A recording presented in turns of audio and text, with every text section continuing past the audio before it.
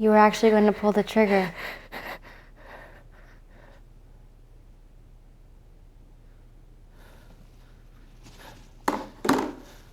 Who are you? How did you get in my house? What is that chair doing there? I didn't get into your house. I've always been here. I've always been everywhere. As for the chair, I thought it was a nice addition. What is this, some sort of sick joke? You're a relatively smart individual, Stephen. Take a guess. Stephen. How do you know my name? I know more than just your name. I know everything about you. Who are you? I'm curious to hear your best guess. My best guess is... it's just some sort of hallucination brought on by alcohol and antidepressants. This is not a hallucination. This is reality, in fact, as you know it. You are, in fact, speaking to me in this room, in this very exact moment in time.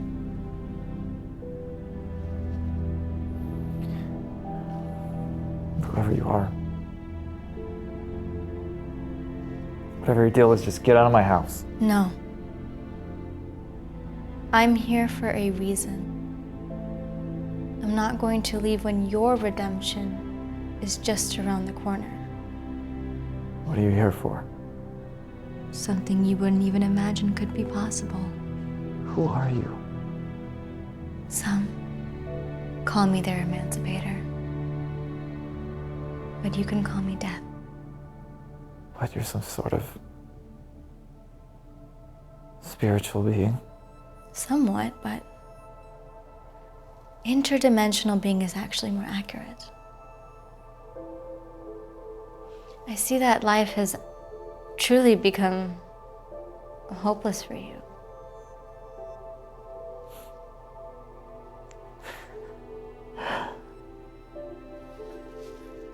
So I'm gonna finish what I started. I've been waiting for this for a long time.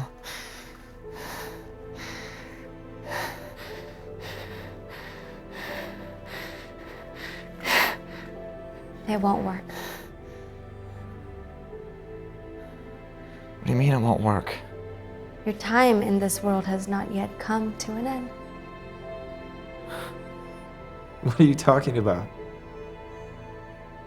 I wasn't lying when I said I was Death.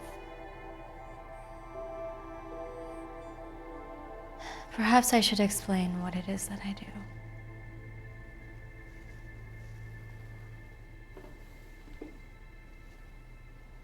I'm listening. Approximately 1 million people commit suicide every year. A version of me visits each and every one of them and tries to stop them from killing themselves. But sadly, there are always some who will go ahead with it, no matter what I say or what I do. In fact, if it wasn't for me, the suicide rate in this world would actually be a lot higher. You see, being a representative of the dead and the living dead, I speak on behalf of others like me when I say that we don't want anyone to take their own life. Because when they do, their souls run amok for eternity. I can't believe this is happening. Believe it or not, it is the truth. You don't understand. I don't have any other choice. I've tried to turn my life around. But you always have a choice in life. It's what makes it so precious. If you think about it like this, there are an infinite number of ways that you can live your life. And until you have tried each and every one of them, you won't know which one is right for you. You're not listening to me.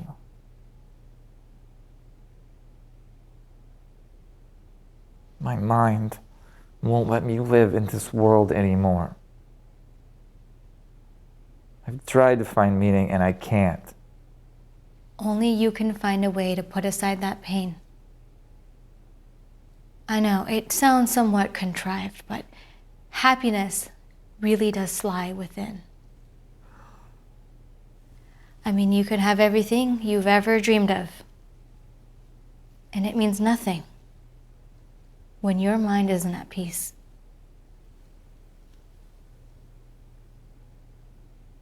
Who are you? Really? Tell me the truth. Well, I am a representation of the end. Death is the most commonly used term. Okay, so you're deaf. What does that mean? You've always existed? I have always existed in spirit, but in various forms. I once walked the earth as a normal being, not like you once, but when I died, I was turned into a manifestation of eternity. I could suddenly see the beginning of the universe, the souls of everyone who has ever existed. It was mind-blowing.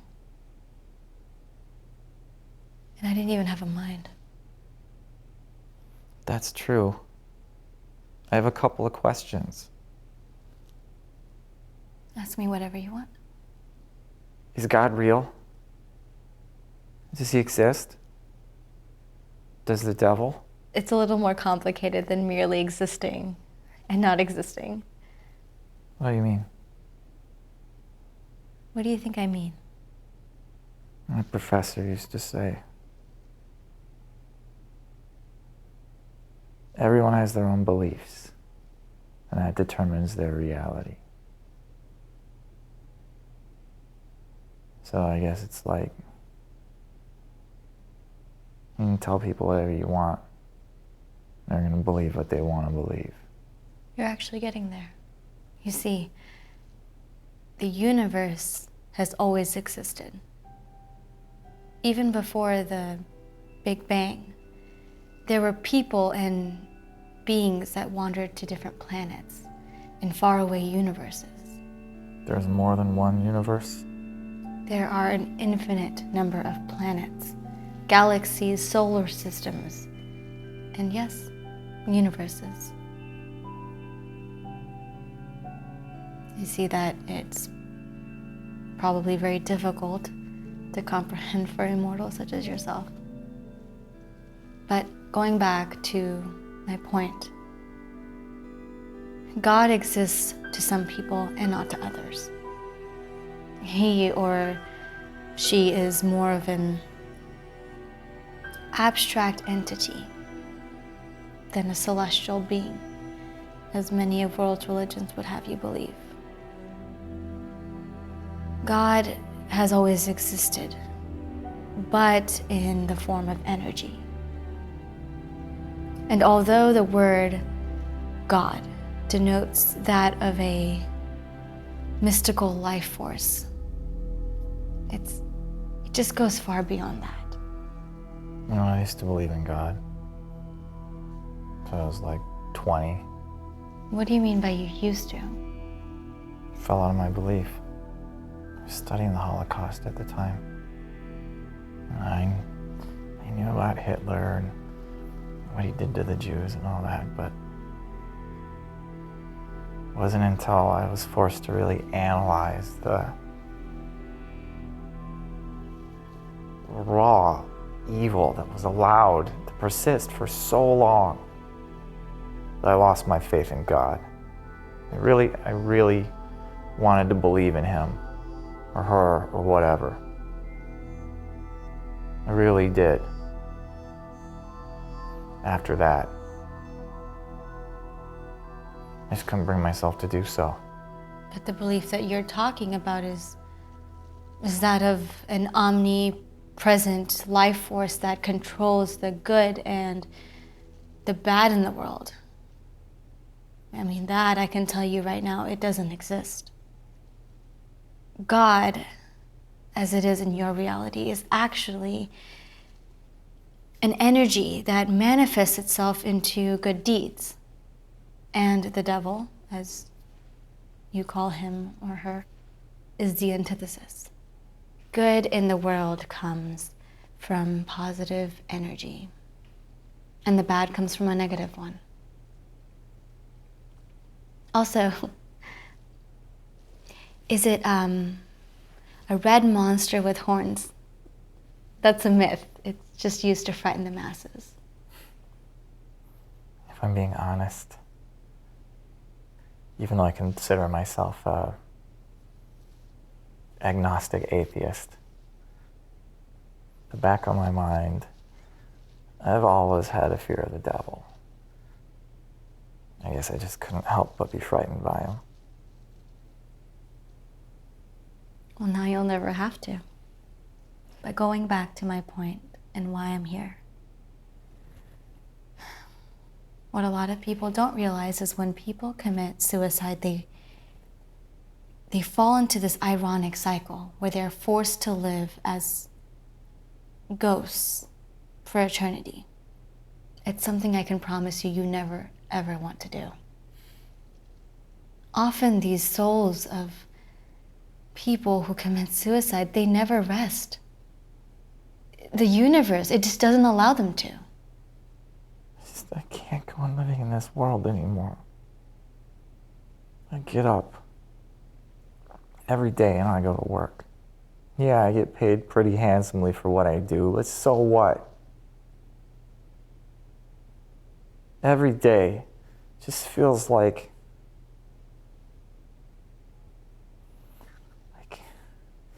my soul is being drained out bit by bit till there's nothing left. The people I work with are disgusting. All they care about is making as much money as possible, even if it comes at the expense of others. Yeah, I was a part of it. I just find the whole thing morally reprehensible. But that's always been the underlying problem with humanity. What? Greed? A pill that people take on a daily basis. I mean, most of it is understandable because many people are poor or they live in poverty, so they don't have a choice but to be obsessed with money. But the greed that's exhibited by the richest on this planet, now that is truly the most disgusting. You know about the wealth inequality in this world. I see everything that happens here. There's an infinite amount of me that inhabits this planet as well as others. Now I want to ask you a question, and I want you to be completely honest with me. Go ahead. What makes you feel so distressed? What is the underlying reason that you want to commit suicide? It's not about wanting to or not wanting to. I've just gotten so disillusioned with everything, and I just can't be a part of this world anymore. Okay, but what about the world specifically makes you so disillusioned? Like I said, I do pretty good. I make a lot of money. you know. I've always done financially very well for myself. That's only because I'm lucky. My dad was a manager at a big capital investment firm. So as soon as I graduated business school, I had a 6-figure salary just waiting for me. I didn't have to do anything to earn it. Zero effort, it was just there. But a lot of my friends, they weren't so lucky. I had this one friend, Derek Erden. He was the best. He was the best in school. Always got perfect grades. He's the best in sports. He's just a good guy. Just a good guy. And his dad got sick, died. So Derek had to do all these awful things just to help his family survive. I don't know. After we graduated, he tried all sorts of different things. Different jobs, different businesses. None of it ever worked out. Failed at everything. I even tried helping him. You know, I loaned him money. Didn't make a difference. Nothing ever worked out for him. His mind was just lost. And he thought he had no other choice but to take his own life. You know, I knew all about Derek. Like I said, everyone who has committed suicide, I once tried to stop. But also, as I said, some people are just simply beyond saving. He had everything. He had everything it took. He had all the ingredients to be successful. And it still didn't work out for him because the world isn't fair. That's why I have to die. And it has nothing to do with being depressed. I can't go on living in a world where people like Derek are ruined by this evil, unfiltered, capitalistic system that we're all just stuck in. But it doesn't mean you should just stop trying to live in it, does it? As someone who speaks from experience of knowing about the history of the human race, I can assure you that this has always been the way. There's no way that it was as bad as it is today. Capitalism has just brought out what has always been in people's hearts. Look at it like this, the good people. They use their money and their power to help their brothers and sisters. And the bad, they do whatever they can to get more of it. I mean, look in the Roman times. It was much worse. You can't even begin to imagine how badly the slaves were treated back then. No, I know about that. It's worse now. We're all slaves. The wealth inequality now is inescapable. The only real wealth or power now all comes from technology, technological innovations, or just luck. That's it. There's nothing anybody can do about it. Because of that, technology, money, capitalism, they're the bane of human existence. I will agree with you that technology has undoubtedly ruined people's lives. Besides the widely held belief in the opposite. I have seen firsthand the injustice that is inflicted on people.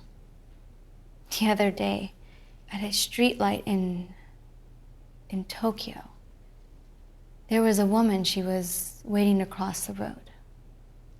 And she was so glued to her phone.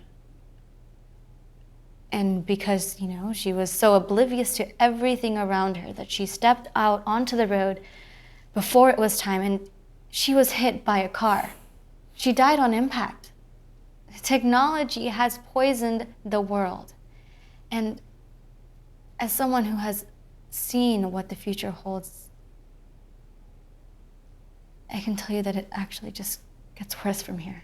Doesn't surprise me in the slightest. But you can't let that affect you. There is an abundance of good in this world. It is always worth fighting for.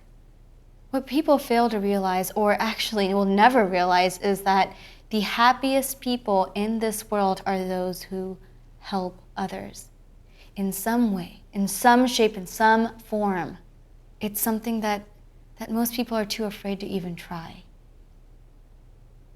They fear that it'll take away from their goals in life.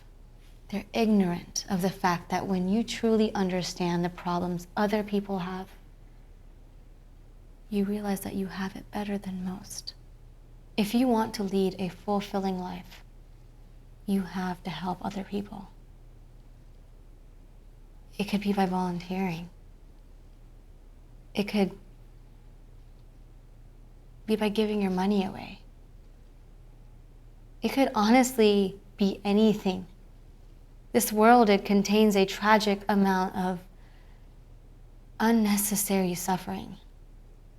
And you have to do what you can to make it a better place. It's the only way you'll be happy. It pains me to say this, but it's also something I've noticed you haven't done in a very long time. I don't have time. I work 15, 16-hour days and I see clients on the weekend. You don't need the money, do you? You don't have kids. You've paid off your house. You have enough money to never have to worry in your life again. Your savings has enough to last you 3 lifetimes. We just talked about the hypocrisy of greed, and you are as guilty as anyone. You're right. I've led a selfish life.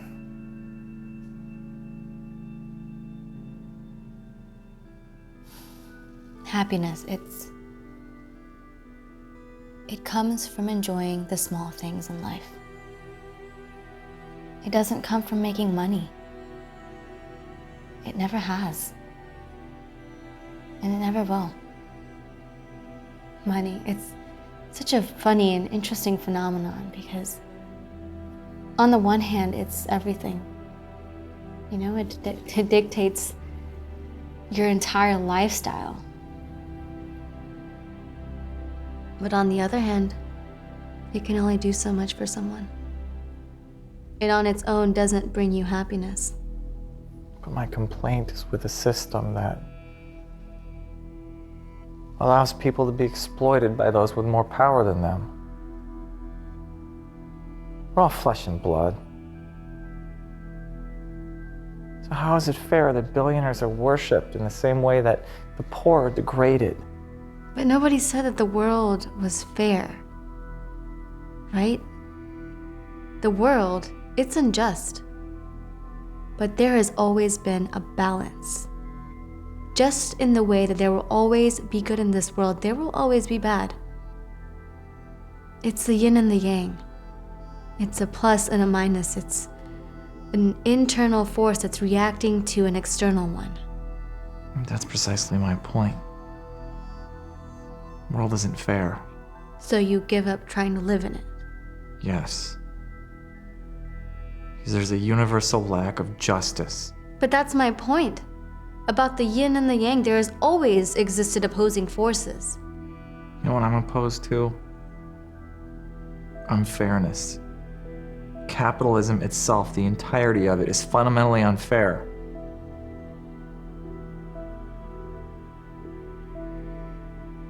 Why do people work? Just to keep them and their families afloat. I guarantee if you took a poll, a majority of them would say they dislike their jobs. All those people working their entire lives at jobs they don't even like, or that they hate. How is that fair or just in the slightest? I agree with you. But you have to focus on the good in this world.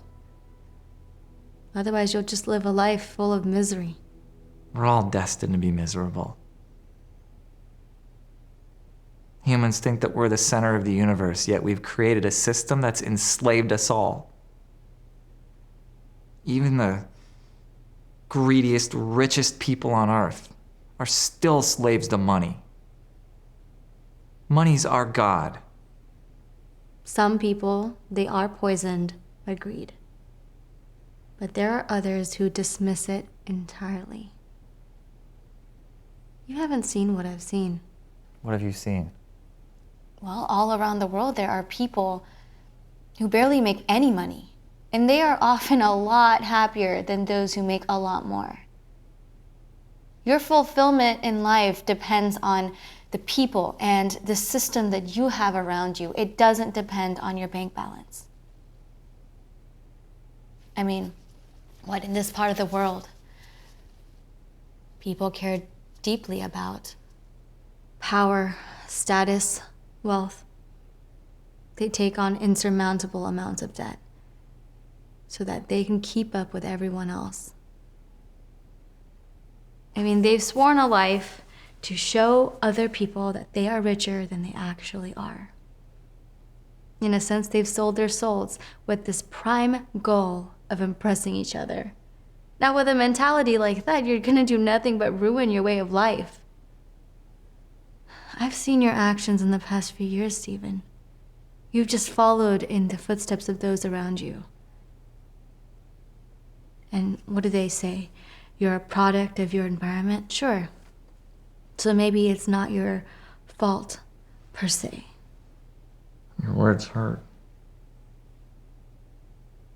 But I can't disagree. You can't. And that's why you're sitting here today. You have so much going for you, and you are about to take your own life. What do you propose that I do? How can I change how I see the world? You have to sacrifice your life for the betterment of others. It's the only way you'll truly find contentment. I'm speaking from centuries worth of experience. It's the only way. Nothing else is going to work. What, I'm supposed to leave it all behind and become a charity worker? Like that's supposed to just fix everything? Well, therein lies your problem.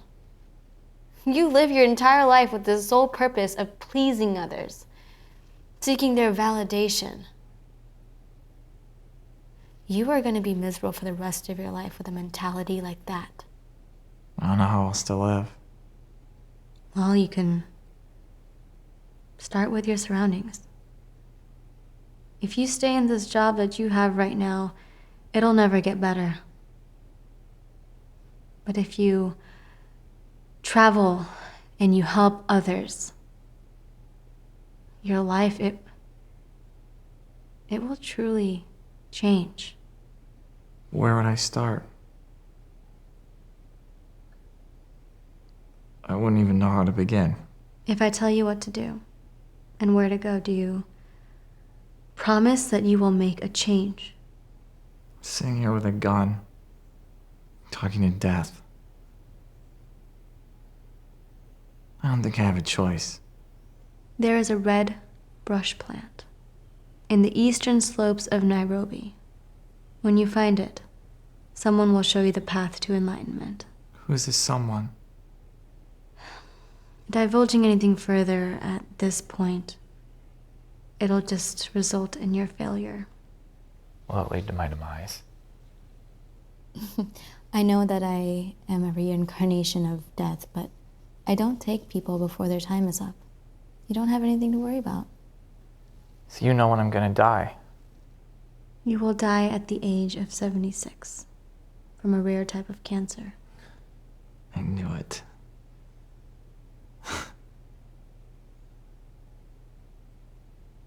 Somehow I knew it would always be cancer. I'm going to visit you on your deathbed. And then I will take you away into the nothingness of the abyss. The idea of never existing again is terrifying. Well, the path that you're about to go on now, it's going to really change your life. I will visit you again in 20 years, and we can discuss everything that happens. So it's gonna be some sort of charity mission? Partly.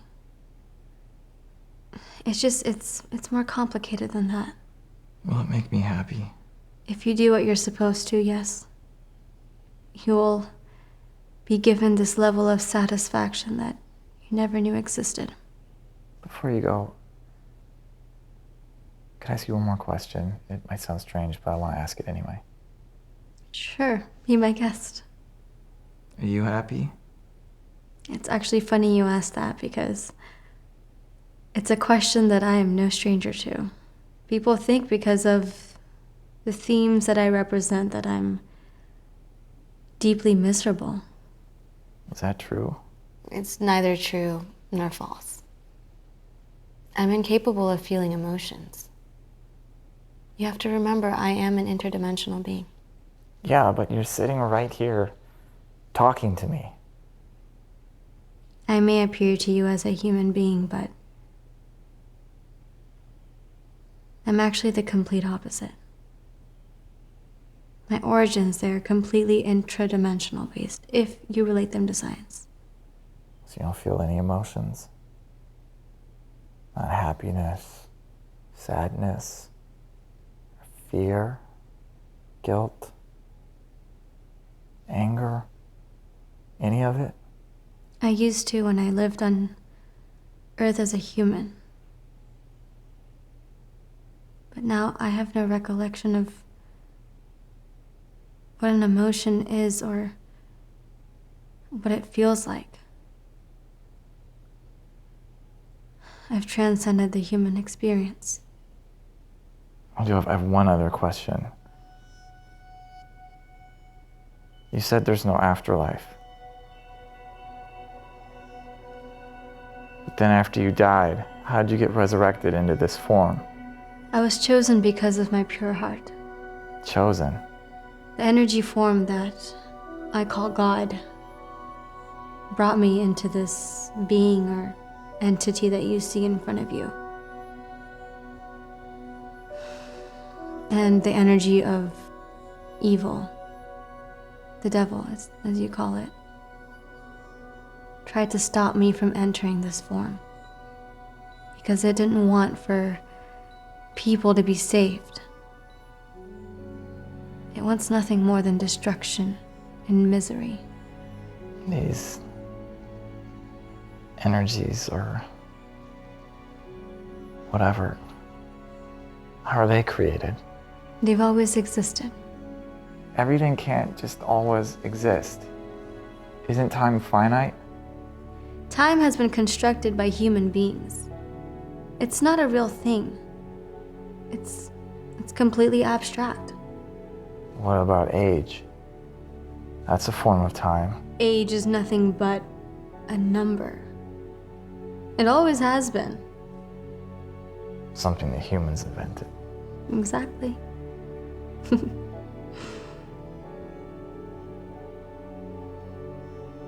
I have to go now. You know what you need to do. Will it really be 20 years before I see you again? I'm afraid so. I just want to say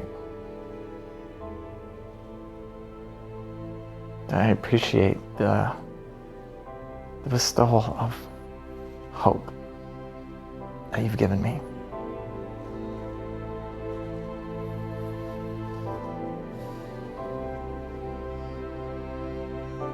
Besato amore.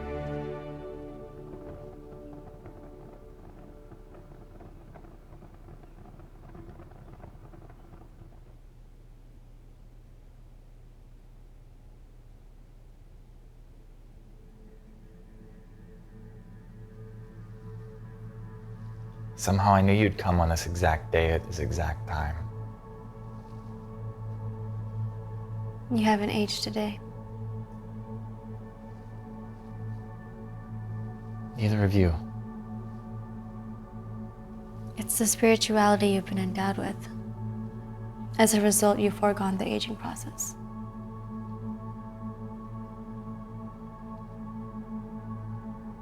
It's good to see you.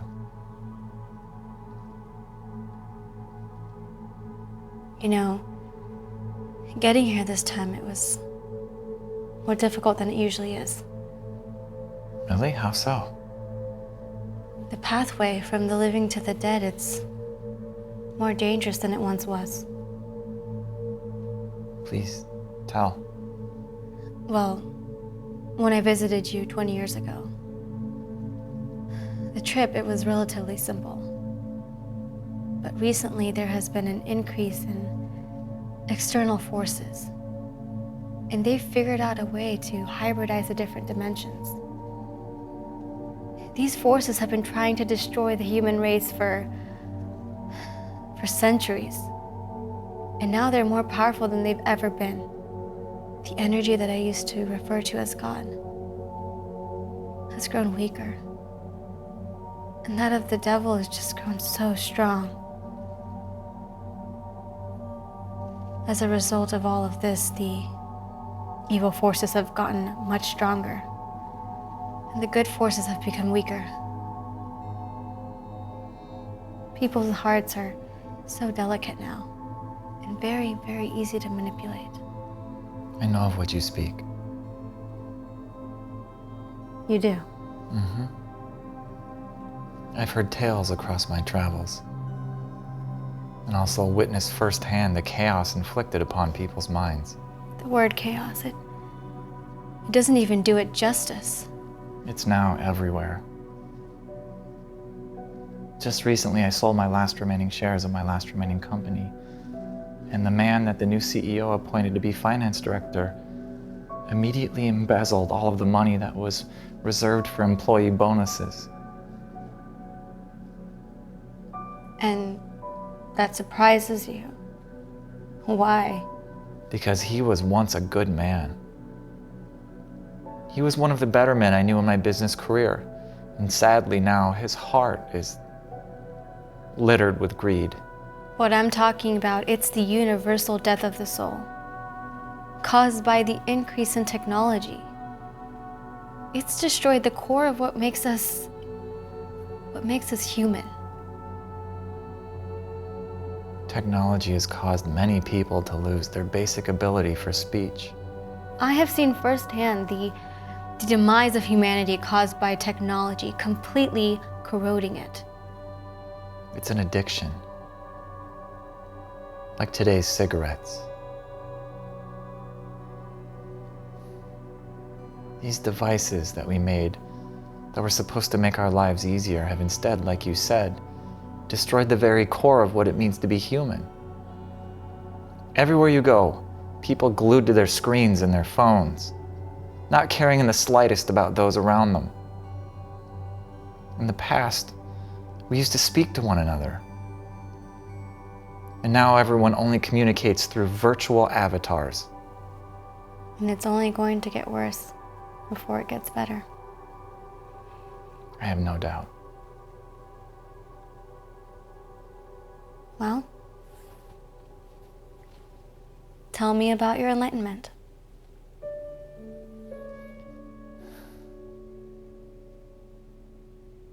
I wouldn't even know where to start.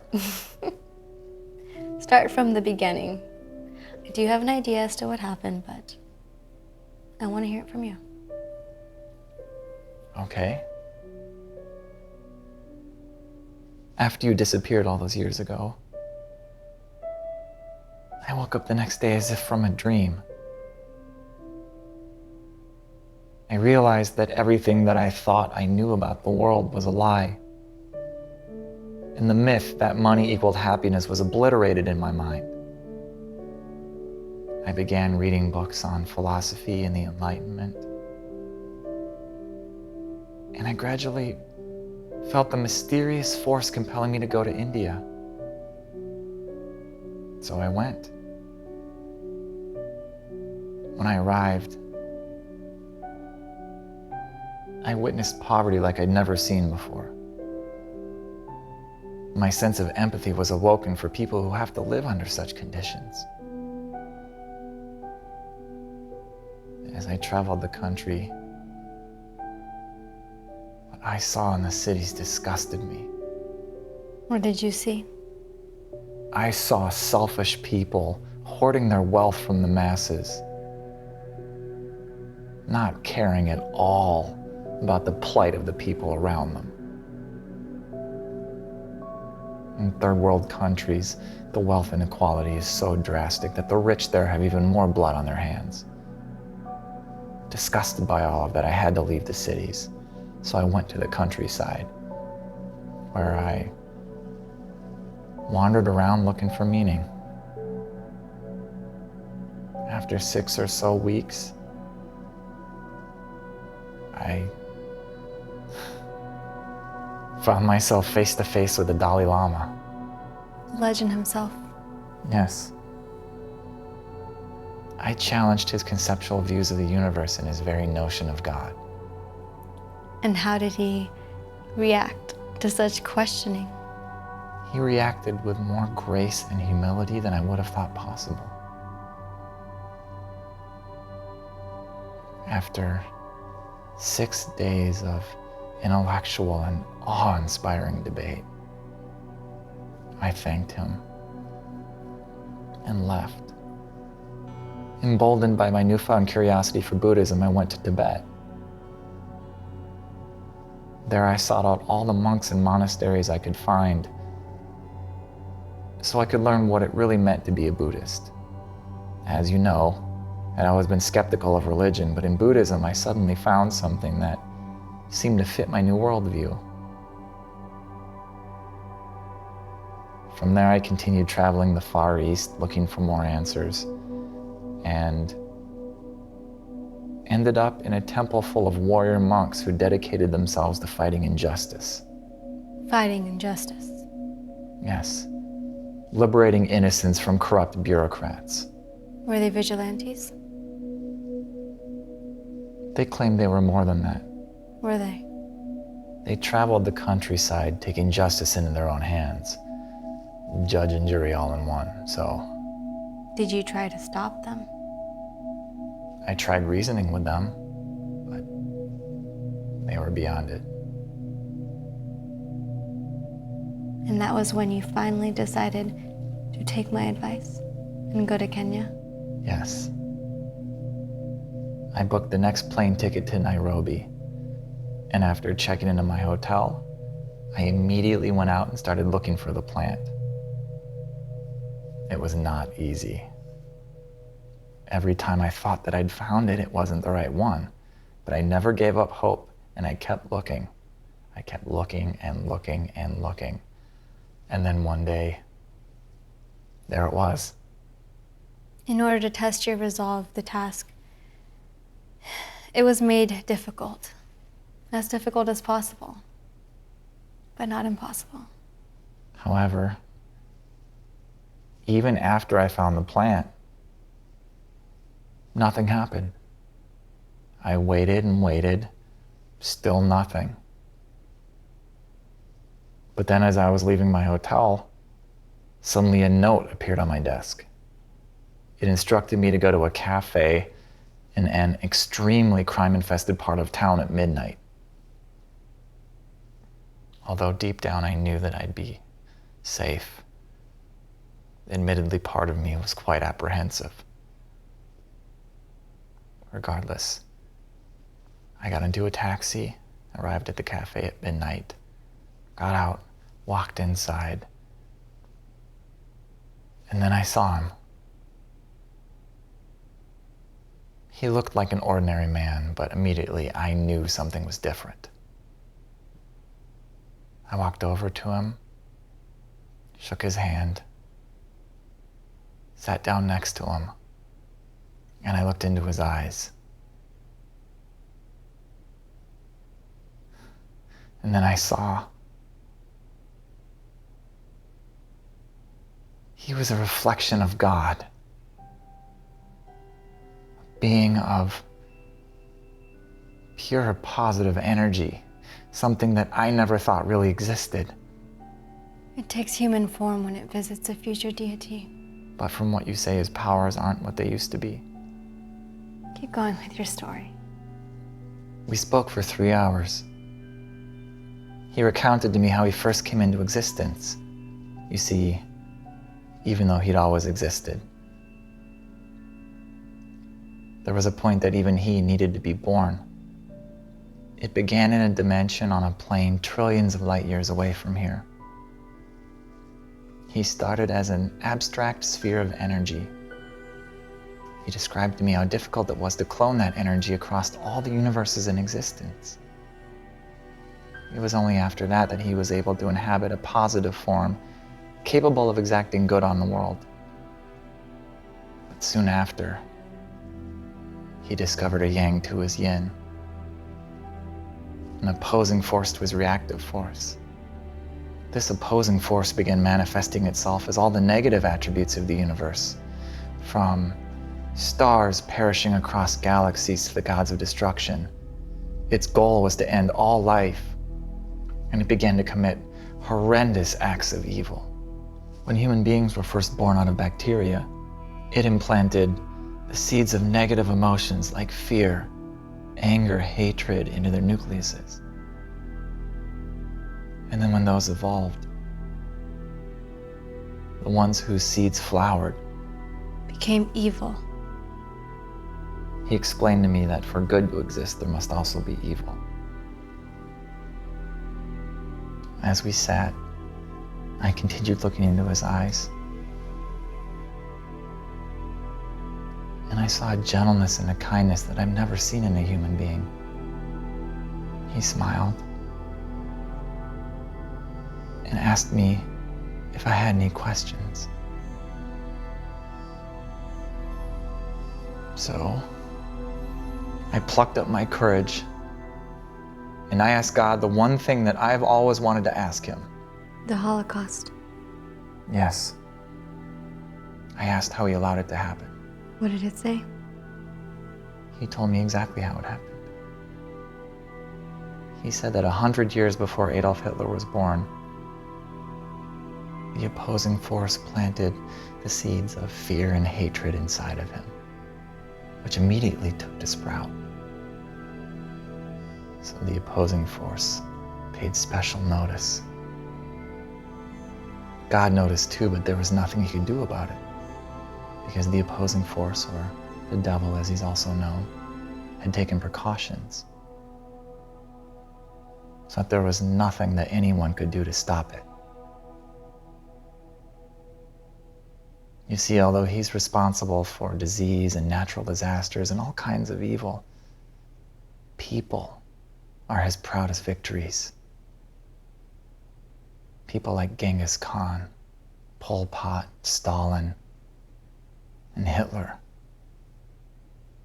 When Hitler was born, the devil took special care to make sure that he was placed in a neighborhood where he could see firsthand the decadence of wealthy Jews and the apathy they had towards the poor and homeless around them, Hitler being one of those poor. The seeds of hatred inside of him flowered and grew and grew and grew, eventually resulting in the misery and death of the Holocaust. Where were you in all of that? Isn't it your job to save people? I did everything I could. But like you said, there was nothing I could do once the damage was done. After answering my question and explaining his and the devil's places in the universe, God then instructed me on how I could help ease the suffering of the masses. He put his hand on my forehead, and in the flash of an instant, I was given the knowledge and the ability to better the lives of billions. And then like that, he was gone. And all that was left behind was a credit card. A credit card? Yes. Made of impenetrable silver. My name was on it, and I knew what I had to do. The value of the card was that of infinity, which, ironically, was the same age of the being that gave it to me. And in my brain was injected an 18-year plan, complete with all the tasks that I needed to accomplish. It would take me all over the world. But my time in Africa had not yet come to an end. What did you do next? I began a 7-year project that would take me all over the continent. But first, I ordered the construction of schools and cafeterias all over the country. Anyone who wanted to attend could do so for free. Poverty levels went down, literacy and happiness rates went up, and suffering across the region was greatly alleviated. From there, I expanded across the rest of Africa. It took 7 long years, but finally, I began to see the progress that I'd longed to see. And it turns out that you were right. Helping others is the key to happiness.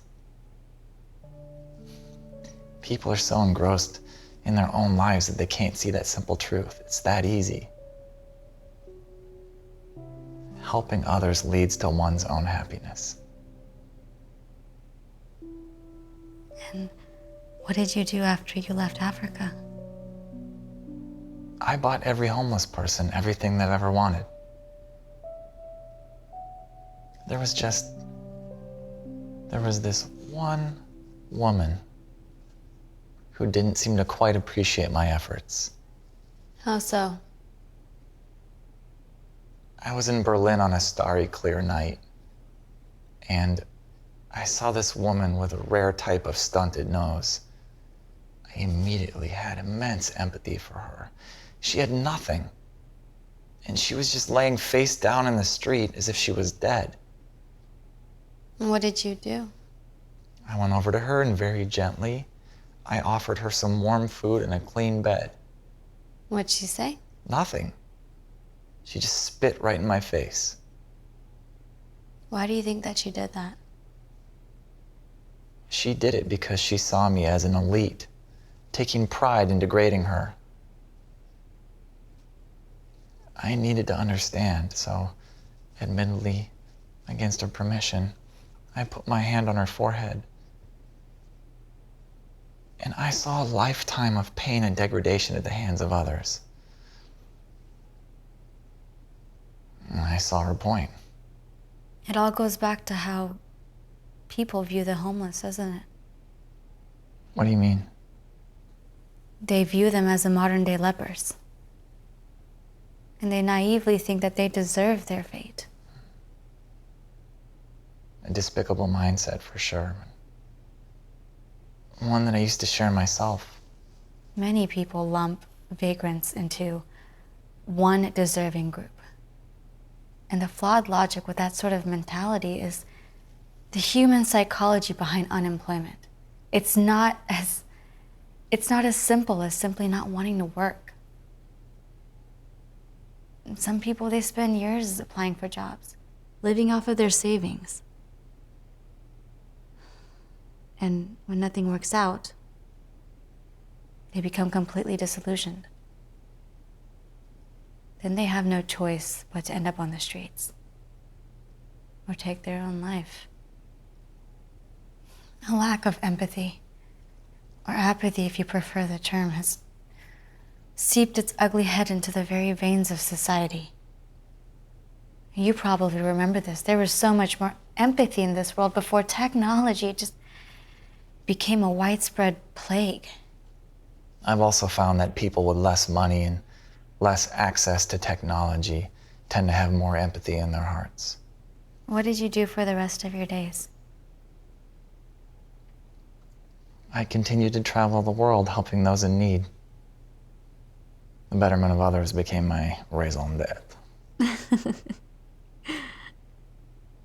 What about you? What have you been doing for these past 20 years? Oh. What's so funny? The concept of years and time, it doesn't mean anything to me. I mean, even though I want to, I can't comprehend time and space the way that humans experience them. You know, I'm no longer fully human, right? Well, you are, and you aren't. You have the physical body of a human being, but you have the soul of a life force that transcends the infinite dimensions. But I can feel it in my bones. I'm no longer fully human. I'll never forget how bizarre it felt to leave the room of just being a regular, normal person. Explain? After so many years of helping people, one day I was just walking down the street and I felt this connection with the world, a symbiosis. And I knew that taking care of it was now my responsibility. And I'd become a guardian. When I visited you 20 years ago, I knew that you'd become a guardian of Earth. The difference between going from apathy to empathy, it's something that can truly make someone feel alive. I feel a contentment and a happiness now that I never thought that I would achieve. I'm happy to hear that.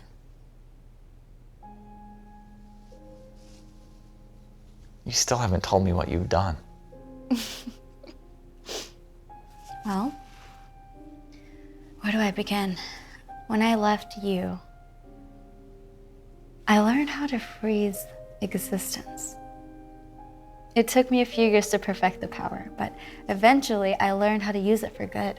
I'm intrigued. Well, I roamed the earth, ruining the lives of those who had deserved punishment.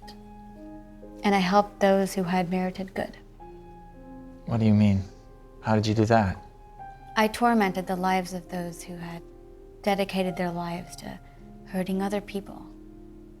And I gave joy to those who had spread love and happiness.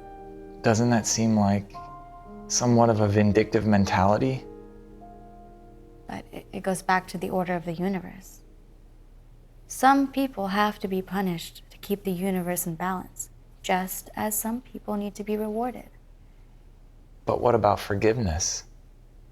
What about the work that I've been doing? Stephen, I know I visit you as an amicable life force, but don't forget who I am. I know who you are. I've seen the good in you. You're filled with it. It's not about good. I'm neither good nor bad. I represent a spiritual side of this world that can't be measured by words like good and bad. This is a much different tune than you were singing 20 years ago. It's the reality of my trade, that often I have to say what I need to say to get people to do what I need them to do. Isn't that what your race excels at doing? No, I don't believe it. What do you mean? I mean exactly what I said. I've seen all the good inside of you. It's a level of good that I've hardly seen in anyone. Not a day goes by that I don't think about you. You know I don't really exist, don't you? Of course you do. You exist with me here, right now. I take human form to talk to people on their level. You know my true identity. I exist in the vastness of space as a unique entity with a singular purpose. I do my part in correcting the course of all the people in all of the universes. I hear what you're saying, but no. I don't believe it. Believe what you want to believe. What I believe is what I saw the first time that I looked into your eyes. It's something that I'd never seen before, or since. Can I ask you something? You can ask me whatever you want, Stephen. Hypothetically speaking, what if I fell in love with you? I'm not capable of love. Not you, me. What if, for example, I fell in love with you in this exact moment? You might think it's love, but it wouldn't be love. You can't love a supernatural entity. Why not? Besides, not you or anyone else can quantify love, really, can you? What do you mean? I mean, it's not something that you can quantify. You can't measure it. So that means that you can't really say definitively one way or another that it does or does not exist. You think you've already fallen in love with me, don't you? It happened about 10 years ago.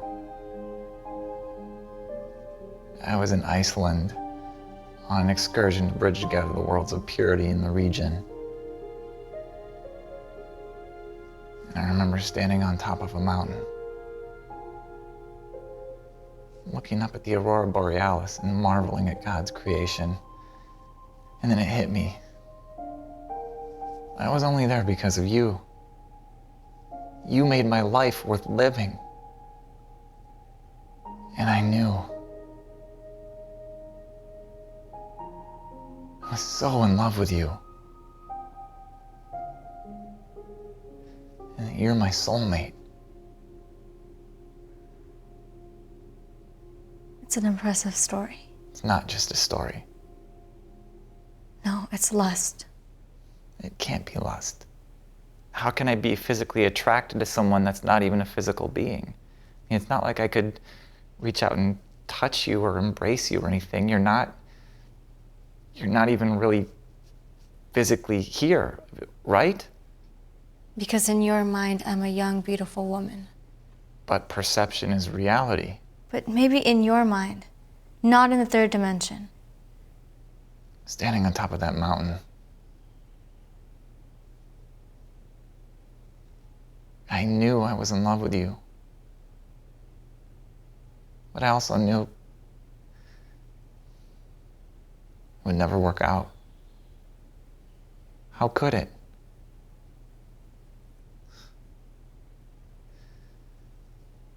And that hurt.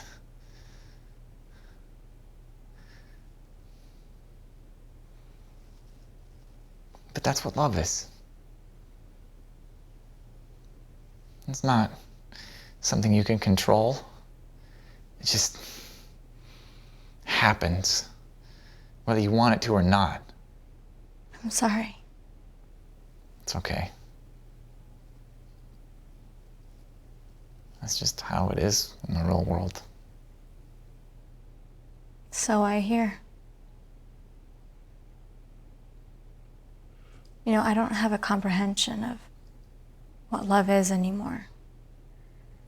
But when I took this form, I was told that I was once in love in my previous life. Even though I know this face and this body was once capable of love, I can't comprehend the concept,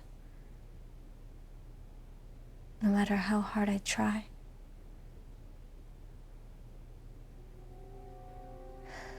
I know what love is as a definition, but I'll never experience it.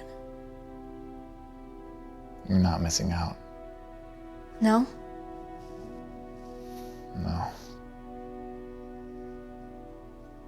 Pain of unrequited love or love gone bad is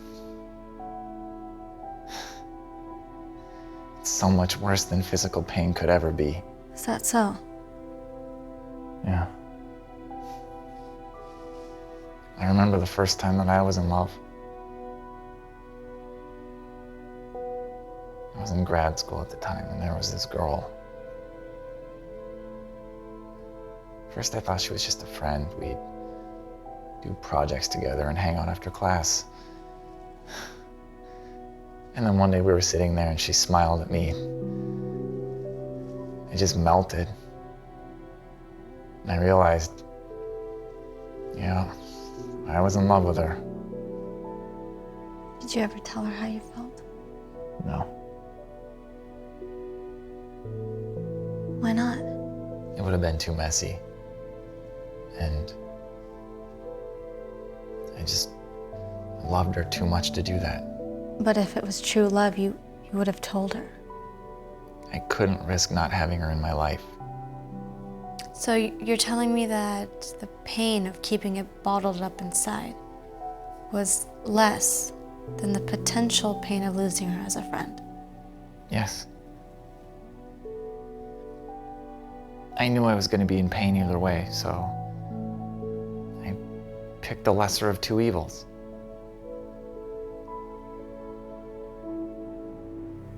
What was her name? Sarah. Sarah Lalana. Do you still talk to her? She was killed in a car accident. After class was done one day, we were walking to the bus stop. She ran ahead because she didn't want to be late and miss it. This car came speeding down the street. The driver was on his phone and wasn't paying attention. He hit a rock or something and it swerved the car up over the curb. It landed right on top of her. I felt her pass in an instant. I'm sorry. I'm still haunted by it. And I would give anything to see her again. My time to return home is almost upon us. Home? My home, it's in a different dimension. It's where clones are bred of me for other galaxies and planets. Could I ask you a favor? What is it? Could you send one of these clones to me? I can't wait 20 years to see you again. Once you see me in this form, you can never meet a clone. The next time you visit, can you find a way that we can have some kind of physical contact? I could speak to my programmer. That's God, right? No.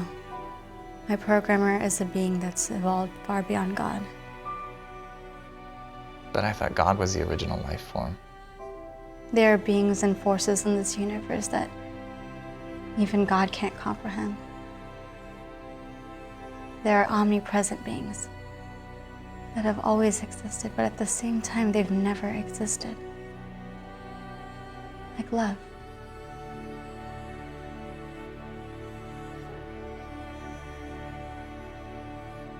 Can you speak to one of these beings for me?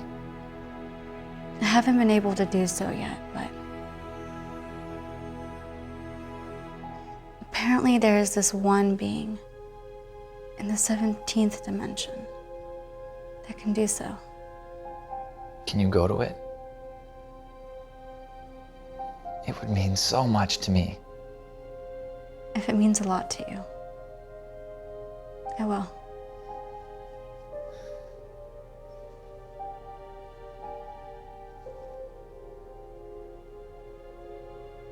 Goodbye, Stephen. Goodbye.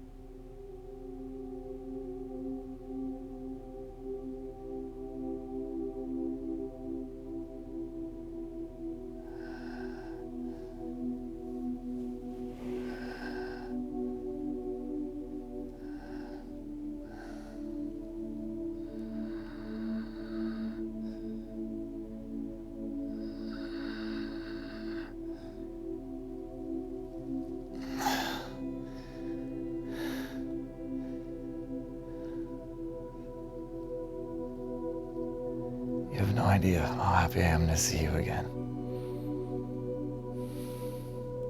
It's been a while, hasn't it? Yes. These past 20 years have felt like an eternity. I'm sorry I couldn't see you sooner. It's okay.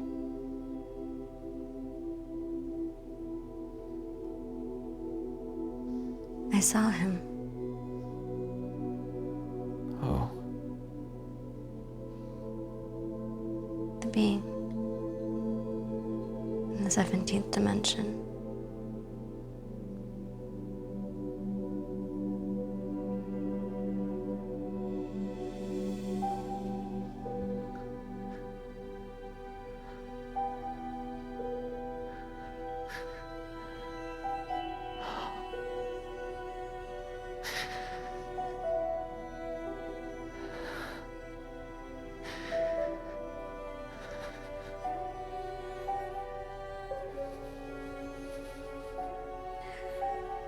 You haven't aged today.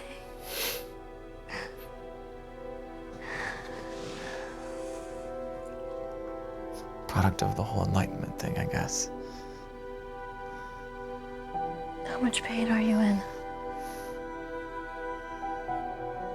I've learned to manage it.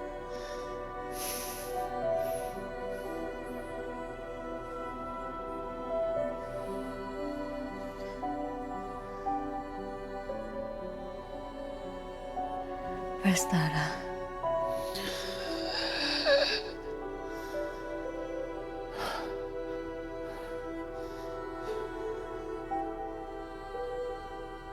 What did you just do? I release the cancer from your body until you die.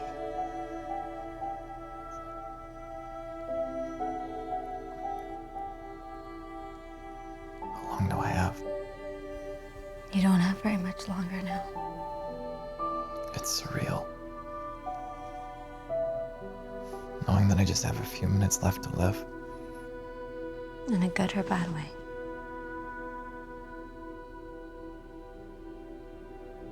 Both.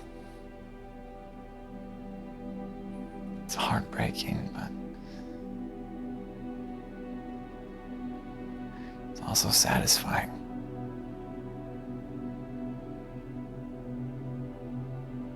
Ultimately, I have no regrets on the life that I've lived. I know you don't.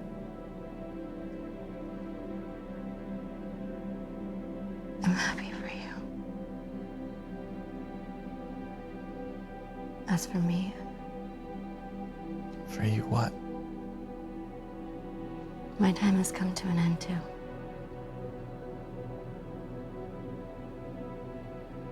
What are you talking about? I've begun my transformation into a human. I'm gonna die at the same time you do. I thought you were eternal. When did this happen? This morning, How do you feel?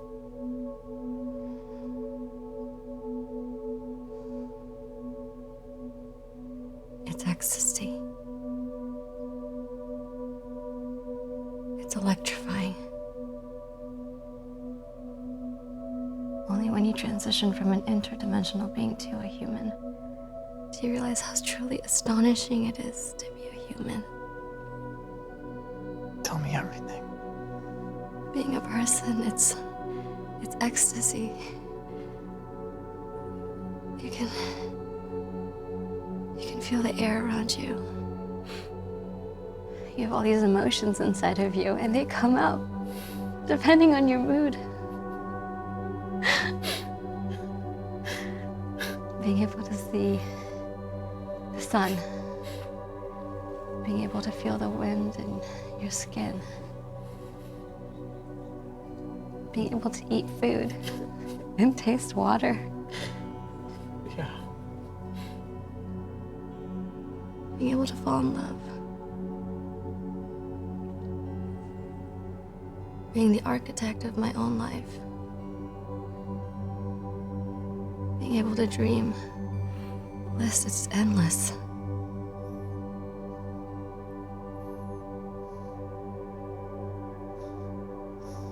Why? Why did you do it? that you're going to die.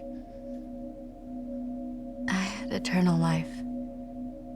And I had all these powers from being a deity. But being a human has surpassed all of it.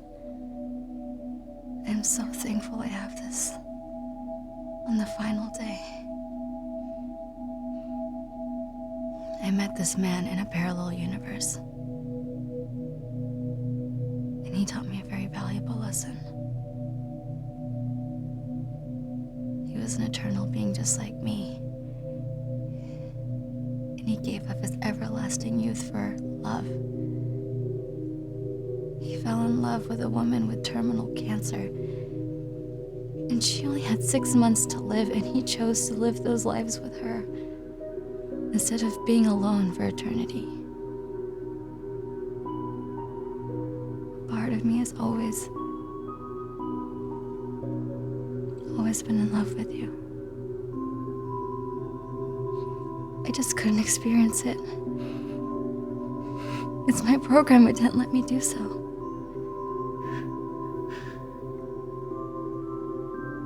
I chose to sacrifice, and I gave up eternal life for the one chance that I might be in love with you. And I was.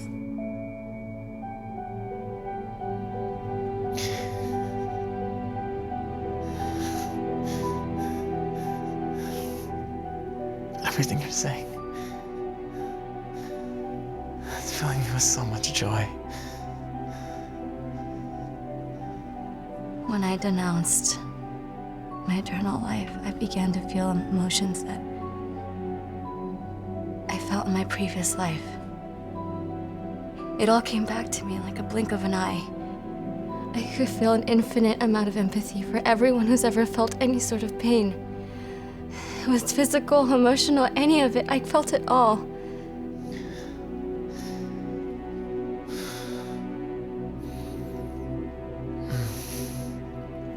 If you cured me, why do I still feel so weak? Your body, it's free of the cancer, but it's been fighting it for so long. It's just weak from the endeavor. What's going to happen to us after we die? Well, first we'll exist in the nothingness of space for about 1 million years. And then we'll wake up in paradise together. 1 million years is a long time. Our minds won't exist during that time. It'll feel like a minute. I hope you're right. We're gonna wake up in a parallel universe. In this parallel universe, will our minds and hearts be the same? Will I remember what's happened in my life? Your soul and your heart, they'll remain intact. But all of the memories you've made in this world, they won't go with you.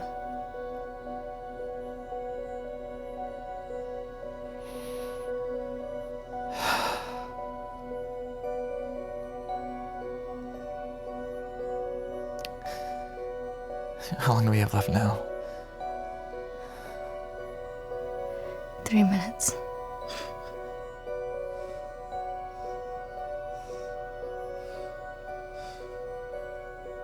I did everything I could. I dedicated my life to doing good. Just like you said. You were a better person than I ever envisioned you'd be. You've made all of us so proud. Us. The creators of the universes. They're aware of me? Because of you, poverty in this world was alleviated. And the war on technology was won. Once those devices started murdering their owners, I knew I had to do something about it. And you changed the world.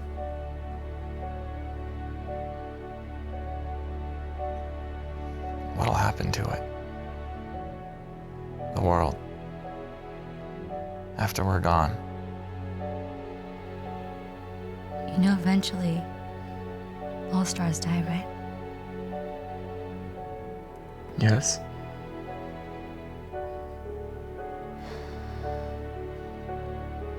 The Earth's sun will cease to exist in 100 days. After that happens, all of the population will be wiped out.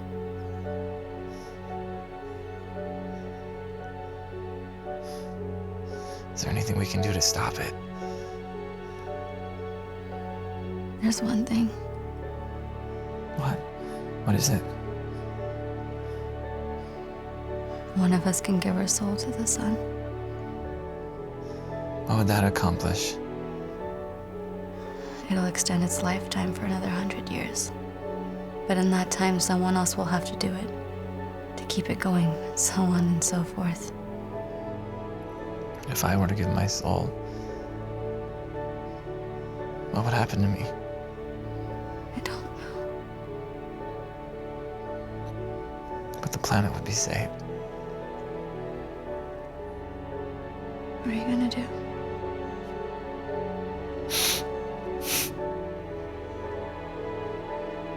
I don't think I have a choice. I have to do. How much time do we have left? About a minute. Thank you. Thank you for everything. You never, ever have to mention it. What do I have to do to give my soul? When you die, you have to think about it in your heart of hearts. You have to want to save the Earth. That's all you have to do. That's easy enough. About 5 seconds now. I'll see you on the other side.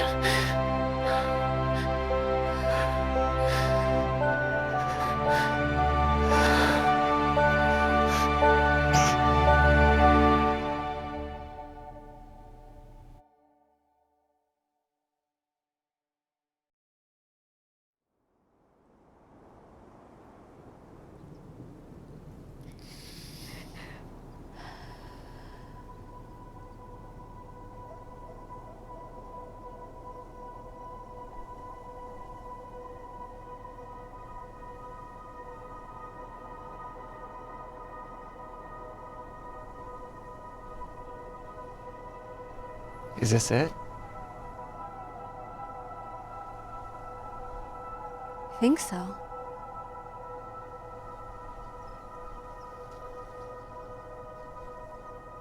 But I feel fine. Totally normal. And I remember everything. Maybe you didn't lose your soul even though you gave it up. And that's possible.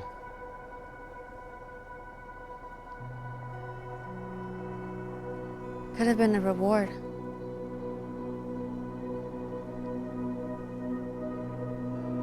Yeah, maybe.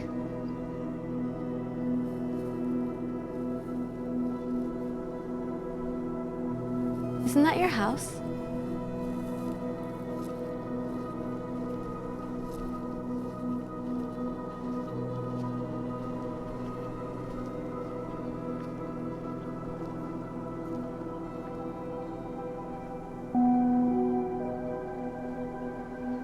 Looks like it.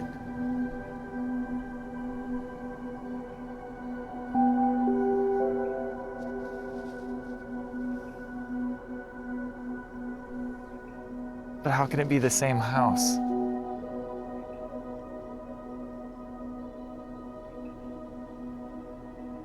We might be in a parallel universe, so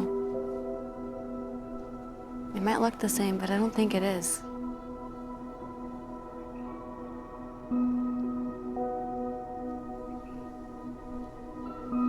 Isn't this supposed to be paradise? think it is. This is a mirror image of Earth.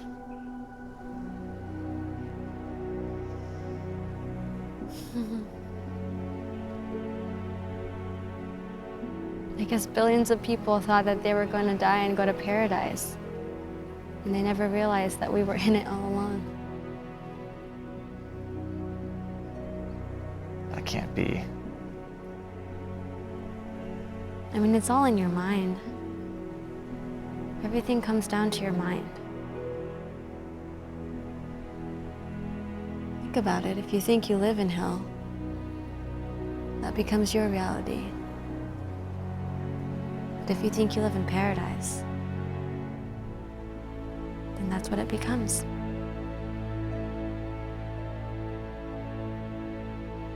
But perception can't change raw fact, can it? Facts are only facts if it's indisputable. Beliefs and perceptions, they transcend facts.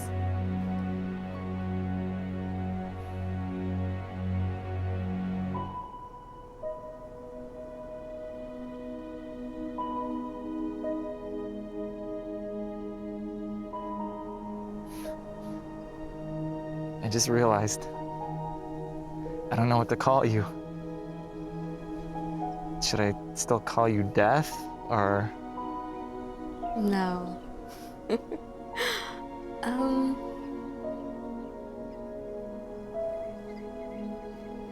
I like Zara. Call me Zara.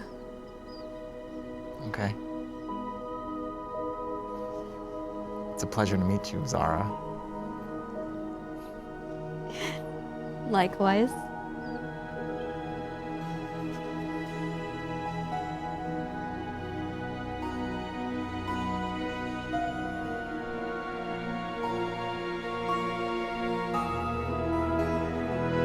It's a true odyssey.